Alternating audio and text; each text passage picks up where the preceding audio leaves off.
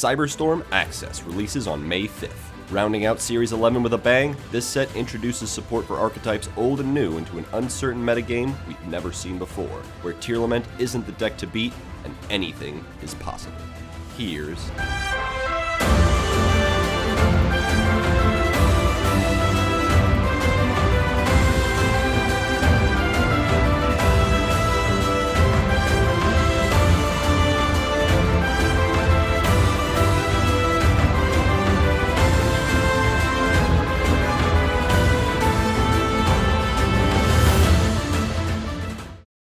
I've run out of patience. Subscribe or the Among Us gets it. Firewall Defensor summons a Firewall monster from deck when it's linked off, and banishes itself to protect Firewall monsters from card effects. Firewall Phantom is a level 5 that searches a Signet spell or trap when it's linked off, then discards a card. It also banishes itself to shuffle back a Cybers monster during the end phase, an effect I couldn't tell you the point of if I played 1,000 games with this deck. Cyber Sage is a level 1 ritual tuner that can fusion summon by banishing from field or graveyard, and if it's used as synchro material, you can add a Cybers or ritual spell from graveyard to hand. D-Save Worm can summon a Cybers from hand, then match its level, and can banish itself from graveyard to negate a spell or trap if you control Link 4 or higher Cybers. Protect Code Talker protects your Link 4 or higher monsters from being targeted by card effects or destroyed by battle, and can banish Link monsters from graveyard whose Link rating adds up to 3 to reborn itself. Firewall Dragon Singularity is a Link 6 that can bounce cards from your opponent's field or graveyard up to the number of different types of Cybers monsters in your graveyard. And if a monster it points to is sent to the graveyard or destroyed by battle, it can summon a Cybers from graveyard.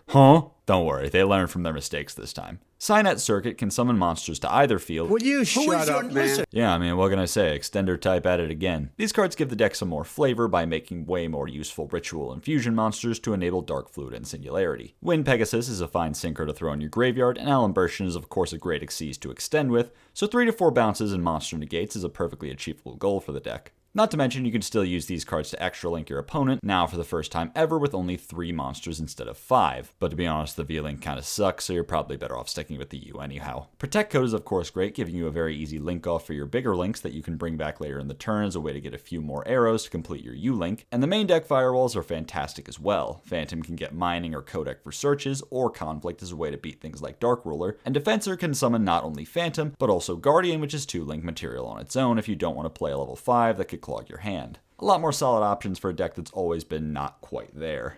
Tell all the FGC fans that Cybers has rollback. Monadium Reamheart can pop a Monadium monster or a monster with 1500 attack and 2100 defense you control to summon itself and searches a Monadium card on summon. Fearless and Meek are tuners that both summon themselves if you control a Vsauce or a 1521, and if they're destroyed, summon a second copy of themselves. Peaceful Planet Calarium is... Can I just be annoying real quick? I hate that this card claims to be a planet, but unlike all the other planets, it's not a wide shot of a location, but instead an over-the-shoulder action shot of Reamheart fighting Vicious. How is this artwork representative of the location? It doesn't make sense. Peaceful Planet Calarium is a field spell that searches a Monadium or Vsauce, and if a tuner you control is destroyed, you could special summon it. Okay, what the hell? Planets are supposed to have a search, an attack boost, and a pop effect. What is this extender doing here? Obsidian pops a monster you control to search Calarium or a Monadium spell trap if you already control Calarium, and can banish itself from grave to summon a Vsauce or 1521 from hand. Imaginings can reveal a Monadium or Vsauce from hand to draw 2 and place a card from hand on bottom of the deck, and can banish itself to treat a 1521 on the field as a tuner.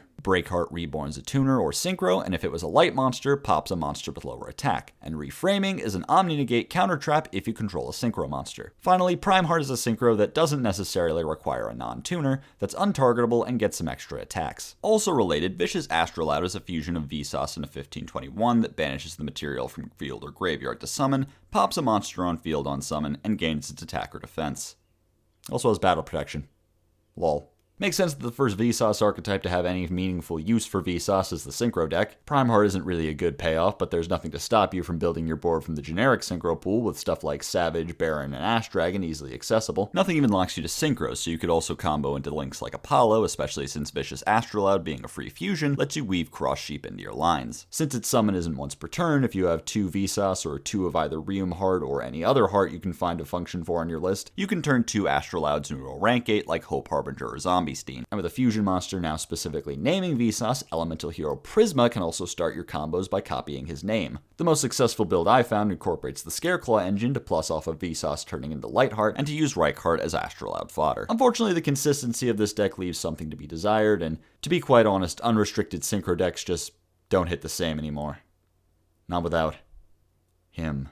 I have died every day waiting for you. One last interesting note is that because reframing is free for any synchro deck to use, it's possible that Calarium and Riem Heart could be used as an engine for synchro decks to grab an Omni that beats Dark Ruler. With AFD back to fetch Calarium, there's even some consistent lines to get to this combo. Super Heavy, hear me out, this is important, I swear. We'll even skip the synchros, those don't matter. Super Heavy Samurai Prodigy Wakaushi is a level 4 pendulum tuner that can summon itself from the scale and places Super Heavy from deck in your other scale. It can also discard a monster to summon a Super Heavy from deck, but that'll lock you into Super Heavy, so don't worry about that. Also, if it's used as synchro materials, it can put itself back in the scale. Monk Benkei can search a Super Heavy Samurai Soul if you control a Super Heavy, Motorbike can discard itself to search a Super Heavy, and Soul Gaia Booster can equip itself to a Super Heavy, making it into a tuner, and while it's equipped to a Super Heavy, can summon itself. These cards are no doubt huge for Super Heavy Samurais in ways you could not give me all the money in the world to care about. What I'm concerned with is the very popular use of these cards in the OCG as a consistent engine designed to put up an Omni Negate and any rank 4 before the normal summon. By starting with Wakaushi, you can set Benkei, search Soul Piercer, summon Scarecrow, search Soul Peacemaker, Reborn Soul Piercer, use Peacemaker to summon a second Wakaushi, then synchro for either Savage Dragon, or if you used Bike as part of the combo, Ash Dragon, then Baron. All culminating in fully set scales and a Wakaushi in both hand and extra to Pendulum summon. Bike starts the combo just as easily, and Soul Piercer does the same if you can spare the normal on it. This means you can play 9 potential starters with only 2 bricks to get an Omni Negate and any rank 4 of your choice. And with the amount of generic rank 4s with search effects, this line can even be used not just as extraneous disruption, but as a means of searching your deck's main engine. In the OCG, this was most heavily featured in Adamantipator as a way of making Borreload and Gallant Granite, while also putting 3 Earths in Grave, which you could still do just without him.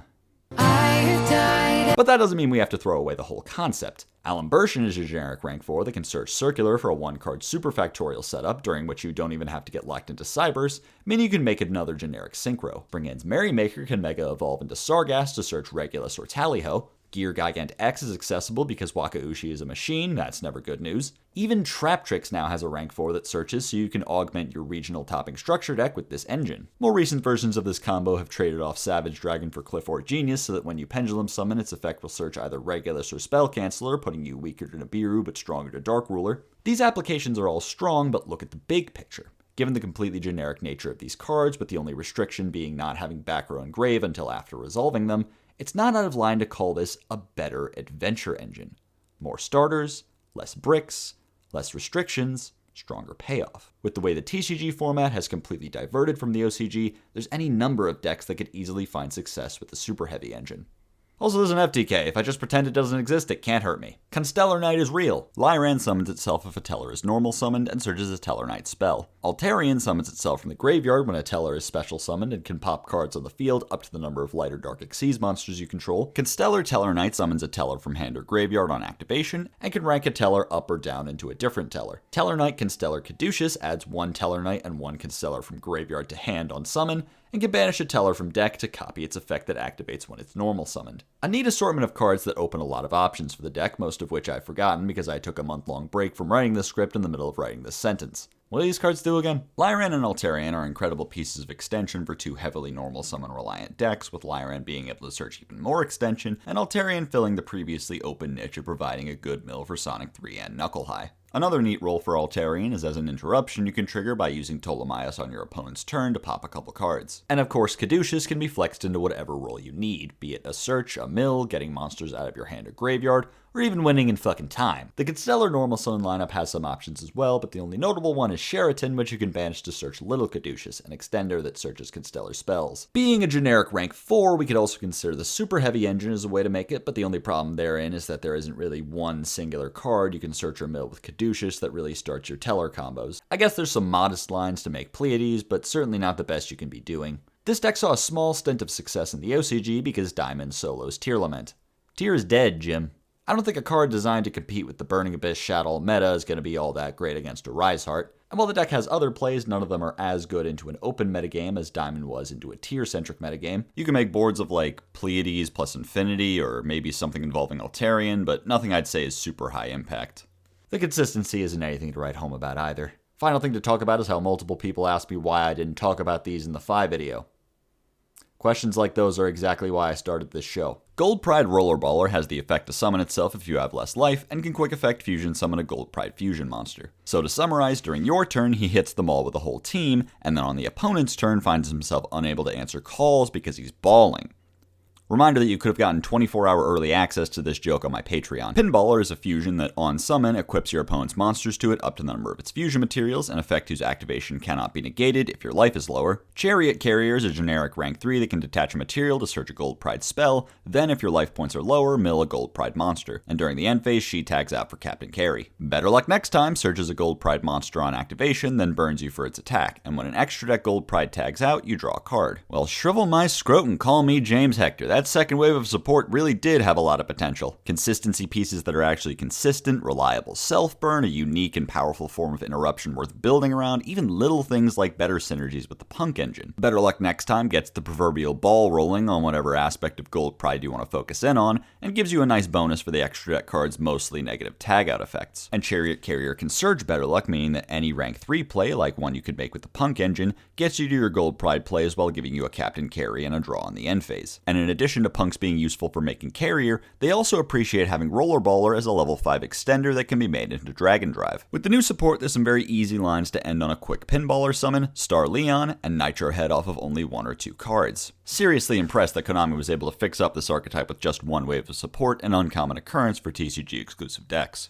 Nemlyria is a conundrum. While I'm amused at the colorful use of game mechanics to represent the lore, the cards just don't really do anything. You already know what I think of targeting negation. The support in the next set doesn't inspire much confidence either. My quick analysis of it leads me to the conclusion that it's a few new shiny hoops to jump through for Book of Moon. This ain't about him, though. I figured the least I could do is take this as an opportunity to explain that I don't go out of my way to ignore cards people are excited for. I just find myself making tough decisions about what it is that you actually need to know. Puralili searches a Purally card on summon except a quick play, and can target a Purally quick play in graveyard to summon its corresponding Xyz monster. Sleepy Memory applies an effect making the next damage you would take this turn 0, then can discard to summon a Purally, and while it's attached to a Purally Xyz, gives it an effect to draw 1 during the opponent's standby phase. Wow, this is just, wow. These cards do everything. Lily is a much stronger version of Purely, letting you pick exactly what card you want instead of gambling off the top, not even held back by the quick play restriction because searching My Friend gets you to quick plays anyway. And getting to fish a quick play out of the grave to Xyz summon instead of losing one from hand is much better for card advantage and consistency, since you can use the very same quick play that you used to summon Lily as the target for its second effect. And with Sleepy as a new Purely quick play that can be activated on an open board, there's even more ways to find Purely monsters. Finally, the draw effect is absurd given that each copy attached to a Purely you control gives you an additional draw, potentially giving you a +3 on your opponent's turn. But it goes deeper than that because after resolving all 3 draws,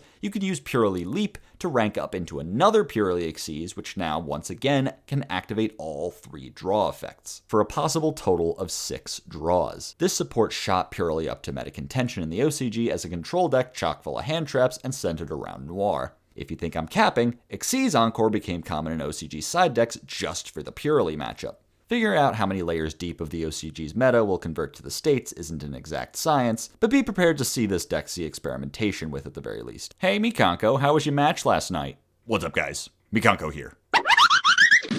Q Lee the Orb Mikonko has all the old Mikonko classics, but also protects your cards from being targeted and can search a Mikonko trap card. Mayowashi Dori bounces a card at the end of the damage step, and if it's in the graveyard, could reborn a Mikonko and equip itself to that monster. Interesting batch of cards that adds some more cohesiveness to Mikonko's options. Hugh Lee gives more credibility to Mikonko's decent trap lineup, Promise being like an archetypal Welcome Labyrinth, and Rivalry fetching an equip from deck so you can use Mikonko's Snatch Steal or Compulse effect. Mayowashi Dori is interesting since it not only gives your deck of 0 attack monsters pressure in the battle phase, but also fills the niche we didn't really know existed of being a good mill for Ceremony, which normally was just used for setting up Ohime's effect. Now the deck has a Prem that activates from the graveyard, meaning your mill can be used on either the spell itself or the monster you want to summon. Neat cards, but unlike Purely, they don't exactly address the weaknesses of the deck, they just introduce new strengths to tinker with, which is valid. Let's see, what else we got here? Level 3 Psychic, put E-Telly to 4 this time. I don't want to talk about Reinforce. This card is just sad. Makes me sad to think about it. Virtual World Tiger Fufu is a rank 9 that has a quick effect to negate a monster you control, and a monster with a different type and attribute. It can also attack directly if you have 2 gates on the field, and is unaffected by activated effects if you have 4. It's okay. It's no stone of a hen or anything, but it fills the very obvious support vacuum of an in-archetype rank 9 for Virtual World. Usually Tree FD remains a better pick, but there are of course times when a targeted negation comes up over chain negation. It's like the difference between Gamma and Veiler. One of them is clearly more powerful, but when your opponent chain blocks Lubellion with Tragedy, you're sure gonna wish you could just point at the card you want negated.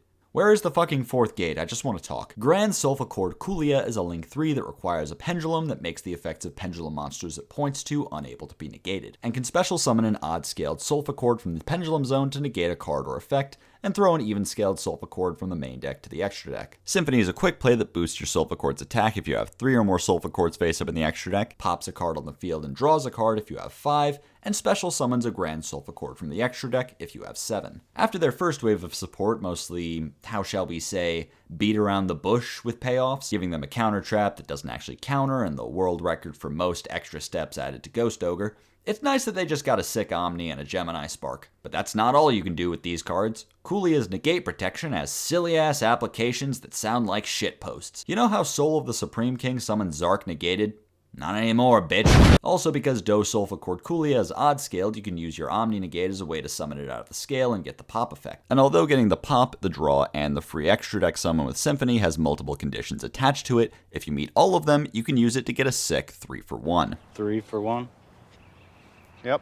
How can that be profitable for Frito-Lay? Since it only requires one pendulum, it's easy to summon Kulia with Beyond the Pendulum or the deck's own Link 2. And with Gracia's effect, it's pretty easy to search Symphony, but unless you work your ass off for it, you might often find yourself without enough names in the extra deck to enable it. Without Electromite, consistency in pendulum decks will never be at full capacity, but these are at least good options for Sulfachord to build around. Jesus Christ, how many more random one-offs are in this thing?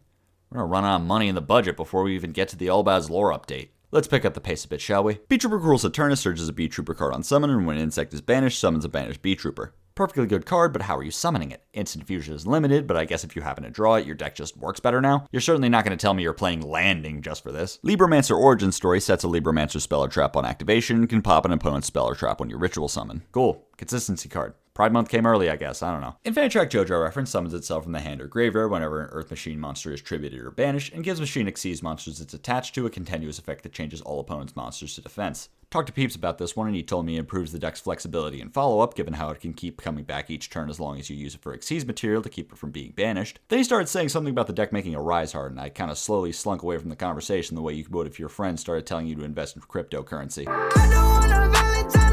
Amazement Abomination Arlecchino can summon itself if you control an Amazement monster, then searches family faces, and during the opponent's turn, can tag itself out into Administrator Arlecchino. Super weird support that kind of turns Arlecchino from a 3-of that you need to draw to a 1-of that you don't want to draw, and also incentivizes you to play this conditional quick play Snatch Steal that only works if you already have one of your other interruption traps on the monster you want to steal. I like Amazements, but they just can't print a good card to save their lives, oh my god. Dynamorphia Intact is a counter trap that pays half your life points to negate a monster effect if you control another Dynamorphia card. Wow, it's even got Solemn Strike.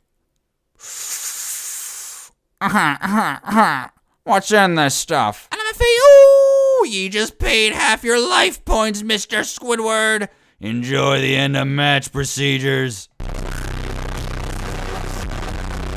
At least Frenzy is kind of safe from Ash now. Sakitama is a spirit monster that can reveal itself from hand to immediately normal summon one spirit. This card is, and I swear this isn't a bit, integral to Exo Sisters first and thus far only one card combo. Since you can't special summon non-Exo Sisters before or after activating Martha, and Martha only sets up one rank 4 on her own, what the deck needed was a way to make Caspatel with only normal summons. By normal summoning Aratama and searching Sakitama, which can immediately normal summon itself, you can make Caspatel to search Martha, which instantly translates to Michaelis and full combo. This is the most ridiculous turn of events they could have possibly come up with. Ringo Worm, the Dragon Guardian of the 100 Apples, is a level 2 Dragon Tuner that can summon itself if you control a non-effect monster, and can banish itself from graveyard to summon a level 2 token that can be treated as a tuner. The fucking Power Crypto Lion. There's 2 good homes this card seems to fit well into, those being Sword Soul and Sprite. You could sync it with Moye to make a Stardust Charge Warrior for an additional draw before using the Sword Soul token to make it 10, or the Apple token to make it 8. You can also use it to trade Chi Xiao for a level 10 and use the token as material for a Shaman to revive the Chi Xiao later on. In Sprite, even if you don't play something like Adventure or Cyber Cyberst gadget to get its summon effect off, it can still reasonably be your normal summon to summon sprites off of, and can be used to make things like Cupid Pitch and Ash Dragon, giving you a very easy ramp into level 10 Synchros. Synchros are back in a big way with this set, and this time they're never leaving, baby! Golden Cloud Beast Malong. Don't say it, don't say it, don't say it, don't say it, don't say it, don't say it. Malong penis. Oh, what? You think you're better than me?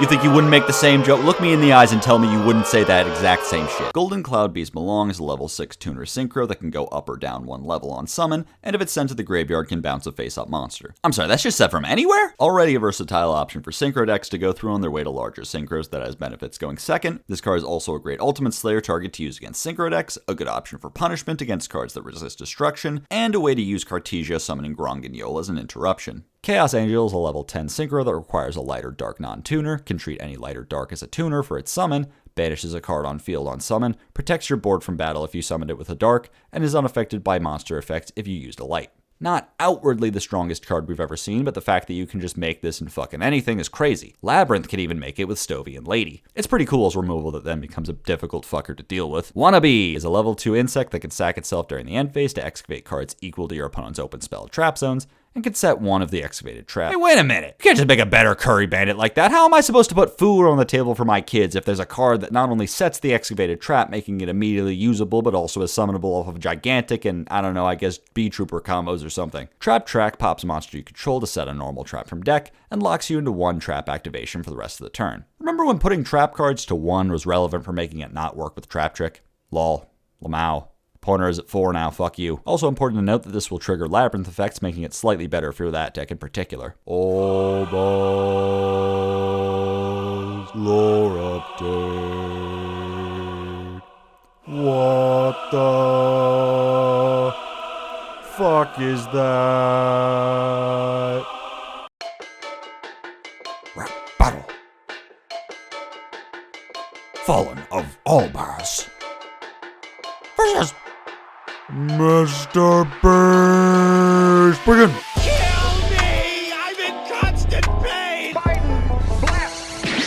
Bystial Dispotter is a level 10 synchro that requires a dragon that can special summon a banished light or dark monster, and when your opponent uses a monster effect, you can shuffle one of your banished cards into the deck to destroy that monster, or shuffle one of your opponent's banished cards to negate the effect. Level 10 synchros are an all-time high of playability. We went from like 0 to 5 or 6 good ones within a couple years, and Dispotter is honestly one of the best ones, being both a fantastic piece of extension and a really good interruption for synchro combo decks. The dragon requirement is trivial because most of these types of decks will be going through Ash Dragon anyway. Bystials are also, of course, a really good option since they can set up whatever you want to summon with Dispater. It was kind of a pain in the ass talking about Monadium before talking about this card because this card is great for summoning back something like a Vsauce that's been used as material for Vicious Astrolaud. It also combos well with Ringo Worm, which can be used to ramp up into Dispater, then brought back after being banished for the token. Fallen of our Gyros can summon itself to either field if the level 2, rank 2, or link 2 is on the field, makes any link monster that points to it unable to activate its effects, and as a quick effect can detach 2 materials from an Xyz monster on the field. Best thing this card could do is negate Elf, but we don't need that anymore. It does kind of fuck up some Xyz plays, and you can put it in the zone above your opponent's EMZ to screw with any link monsters they have that point up. This is the type of card where the best use cases for it probably don't exist at this present moment, but it's worth keeping in mind for side deck consideration down the line. Ice Jade Ran Agarine is a level 7 tuner that can discard another Ice Jade or water to summon itself and an Ice Jade token. Also, if it's equipped with an equip card, its name becomes Ice Jade Cenote Enyon Cradle. Yeah, that's right, it becomes a field spell. None of this makes sense. This is pretty much just an easy way to make Gamir or Changying if that suits your fancy, that honestly can be splashed, no pun intended, into several water-focused decks like Marincess. Shout out to Girl Boss Agarine for killing Longwan and immediately stealing his make level 10 synchro powers. Tri-Brigade Roar is a quick play spell that can send a Tri-Brigade from deck or extra to the graveyard if you control a link monster to target a monster and zero out its attack if you sent a monster, negate its effects if you sent a spell, or bounce it to the hand if you sent a trap. Ah, lovely, a second universally playable Tri-Brigade spell trap. We're almost at the quota to summon Bucephalus for some reason. This card is pretty cool. Going second, it can help break a board as long as you can make something like All Mirage early. Going first, it's a pretty decent secondary search for Bear Brum for an extra interruption, and if you draw it and find yourself in a bit of a jam, you can use it to send Bucephalus, which can then trigger to Milgarura, turning it into a really weird upstart. So it can make mid hands more playable and good hands better. That's cool, I guess. Guiding Quem the Virtuous is always treated as a Despia and Dogmatica. Mills and Albaz are a monster that mentions it on summon, and when a card leaves the extra deck, can summon Albaz or a card that mentions it from the graveyard. Interesting card that has applications in both extension and interruption. If you mill Cartesia or Kit, you can use a fusion summon later in the turn to reborn them, and if you mill Albaz, you can use its effect in response to one of your opponent's summons to bring back Albaz and eat their monster for Mirror Jade. Being a Dogmatica means it's a good summon for both Titaniclad and Grongagnol, while being a Despia means you can find it with Opening or Tragedy. This card has been built up to a lot in the lore, and with the possibilities this card opens up for Branded, it really does live up to the hype. Despia Lulu while Lilith is a level 12 synchro that I swear to God I saw on Yu-Gi-Oh! But AI. I mean, everything from being a Despia synchro, the weird material line, the name that just sounds like letters, and the art looking like a DeviantArt user's evil and fucked up fleur-de-lis. This feels like an out-of-season April Fool's joke. Anyway, she needs exactly a level 4 tuner, and if a card leaves the extra deck, you can boost all monsters you control by 500, then negate the effects of one card on the field. Also, if it's sent to the graveyard during the end phase, you can summon a light spellcaster with equal attack and defense from your hand or deck. Yo, holy shit, it's summoned Skill Blue Magician! Yeah, it seems someone in the office was late on turning in their assignment to make a good summon off of Grongagnol. That's mostly how you're going to be summoning this card, because the fusion lock on Branded means you probably won't be summoning this on your turn. They do get a quick synchro trap card in this set that I don't really feel like talking about. It's got some floodgate effect or something, I don't know. But regardless, this card is pretty good. Branded doesn't have a whole lot of negation, so giving the deck an RDA Abyss is cool, even if the timing constricts what you can negate a little bit. Mostly you'll just be negating things on summon, similar to Dramaturge. Gotta feel bad for Dramaturge. A card printed with the express purpose of negating Crystron Halka-Fibrax. Now left without a goal, without ambition. Sad sack of shit, that guy. Don't worry, bud. You could still negate Lubellion. They won't have lost. Before you check to see what the second effect can summon, let me save you some time and tell you anything even worth reading is in the 1500 section, where you got both Ecclesias, Cartesia, and Quem to summon. This pivots us nicely into another good niche for this card. This card's 2500 attack makes it a pretty good mill for Nadir and Punishment, with the payoff being an Ecclesia in the end phase. It's also the first really good level 12 to summon with Dogmatic Calamity, so you can summon all the Zoa. Going one step further, it also makes Grongagnol a better mill with these cards, especially outside of Dogmatica decks and things like Labyrinth, seeing how there's now a genuinely quite good summon target for it that sits in the extra deck rather than taking up main deck space. Albion the Sanctifier Dragon is white! And a fusion of Albaz and any light spellcaster. It can't be targeted or used as fusion material, can summon one monster from the graveyard to each side of the field during the opponent's turn, and contribute monsters in this silly diamond formation on screen right now. You guys are familiar with the works of William Blake, right? To reborn itself. Brightest Blazing Branded King negates the effects of all cards on the field, aside from one Albaz fusion you control, and does the High Spirits thing to come back to the hand during the end phase. These cards add a lot of neat options to Branded plays. Albion gives you the ability to summon your anti-special summon floodgates, even with no expulsion. But unless you go through some more complex lines to get the more common targets into the graveyard, the only comparable one that can be used as material for Albion is Jowgen, which you'll have to summon to your own field to avoid being blown out by its Dark Hole effect, and is still threatened by any reasonably statted normal summon due to its pitiful attack and defense values. If you manage to summon both Albion and Mirror Jade, you should be relatively safe, but you'll have to find a way to get rid of the Jowgen if you want to kill. Branded King is great as a single Omni-Negate to stop things like Dark Ruler or Evenly Matched, but especially given how Mass Negation rarely works against more than one card at a time in a meaningful way, negating the whole board is often more of a hindrance since it'll negate most of your own board. It's nice that Branded is getting more negation to shore up its weaknesses, but so far they've been less than ideal. So while both these cards are very cool, it's hard to see exactly how they make the cut in an increasingly tight Branded build. Is that it? Just ride off into the sunset now? I'll be damned. It was a happy ending after all. But wait! Adlib with no mask, but they're still hiding his face. What could it mean? The story isn't over. We have been hoodwinked, bamboozled, led astray, run amok, and flat out deceived. Season 2 is coming. I can fucking smell it. Duelist Nexus will drop before this video actually comes out, so if I'm right, I'll put it on the screen now, but regardless, The truth is out there. The Theo sweep is coming. that was everything you need to know. Here's a list of every card I didn't have time for if you want to read them on your own time so you can be mad about what I forgot more accurately this time. That's a wrap on the Curry Bandits Season 7. If you don't know what that means, don't worry about it. I'm the only one who really cares about the seasons anyway. Thank you all, especially my patrons, for watching. And I'll see you all, I don't know, in hell, I guess.